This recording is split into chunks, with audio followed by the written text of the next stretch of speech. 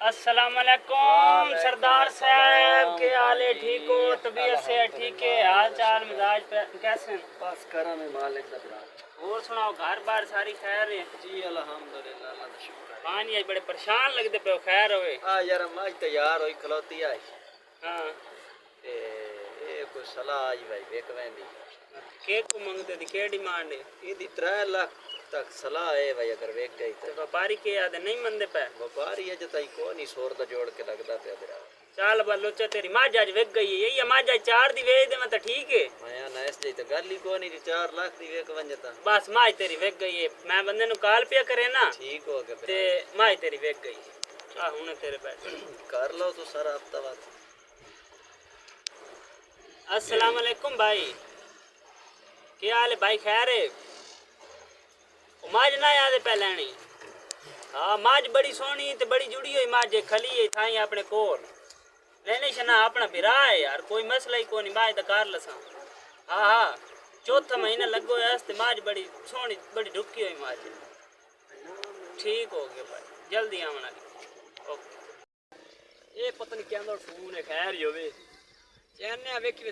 Hello जी जी भाई जी, माज खली जी ठीक होगा भाई। मैं थोड़े डेरे के आस पास वदा इतने चक्कर लाया, मुझे नू चेक करनी आई कर लीए तो थोड़ी मज मैं आंदा पाया वेदा।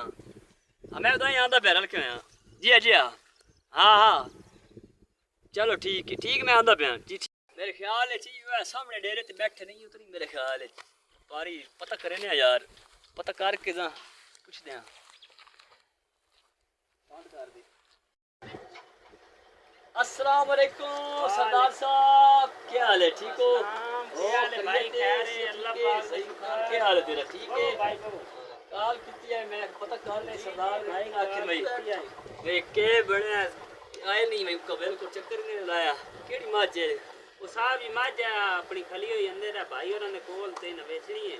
अच्छा माज बड़ी सोहनी माशाल्लाह। अच्छा। मैं आगे आ वेख बैठा तसल्ली कीती बैठा। एक भाई जी डिमांड है ये भाई और मंगदे ने जी माज दा 4.5 लाख रुपया। 4.5 लाख हाँ, रुपया। भाई एक और ने 4 अच्छा। फ्री लगा भी है। अच्छा भाई और नहीं दी। अच्छा 4.5 भाई और याद ने तो फुल एंड फाइनल है। फाइनल है। हाँ, अच्छा माज कितने? तुसी तसल्ली कर लो, वेख लो। अच्छा चौथा महीना भी है माज। माज बाकी बहु है, अल्लाह का शुक्र है, बड़ी सोहनी खानी पीनी है। अच्छा। तो रा के चेक कर लो। नहीं 4 महीने रन देने या भाई चलाओ माज भाई, दिखाओ माज चेक देख लो। आओ आओ आओ माज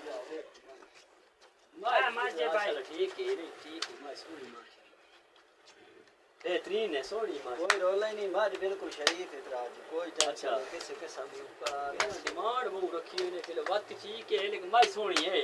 माज सोहनी खान जी, मेरी गल सुनो भाई, चंगियां शइयां दी डिमांडां होंदियां, जी जी शहर चंगी है। जी टाइम बना कि तकरीबन 12 किलो दूध देसी माज। अच्छा जी हाँ इंशाल्लाह, अल्लाह का हुक्म है। चलो अल्लाह ख्याल करे। ये भी ना मैं जेडी बाजी समझ आंदी ना, मैं 3.5 लाख तक समझ आंदी, बाकी अगर तुहाडे जो नसीब है मुकद्दर है तुसी मैनू दस दिओ अपना। साडी इस तक लास्ट डिमांड है तक अगर मैं जेडे हो सके कर दे सकदा। चलो मैं 1 मिनट दिया, मैं भाई और हां दी कर लो सलाह कर लो।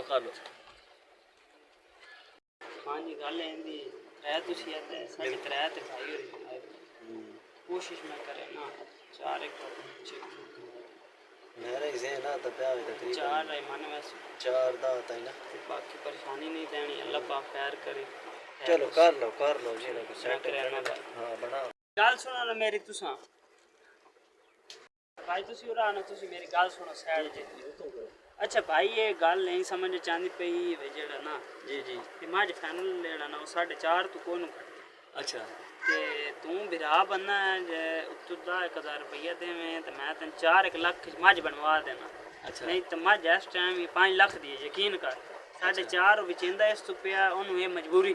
अच्छा ठीक है, उस मैंने कल शामी भी कॉल की थी जी कि जी मेरे अपने कोल पैसे तो होंगे तो मैं जरा 4 दा तक भी तक रख लेनी है यार। हां अगर 10,000 रुपया तुसी मैंने उत्ते दियो तो मैं जरा ना तुआने मज ओदे कोल बनवा देना।